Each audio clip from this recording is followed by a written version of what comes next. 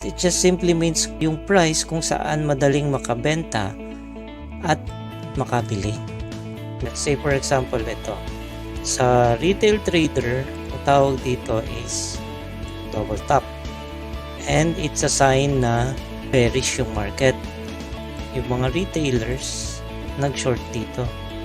Kung hindi nila alam, yung mga institutions or mga market makers or kung tawagin mga whales, may engineered na mechanism sila para kunin tong mga stop loss ng mga retailers. Ikaw na retailer ka, nag-set ka ng stop loss mo, meaning readily available yung stop loss mo. Kita mo, binuko lang nila. Saka tumuloy yung market na short.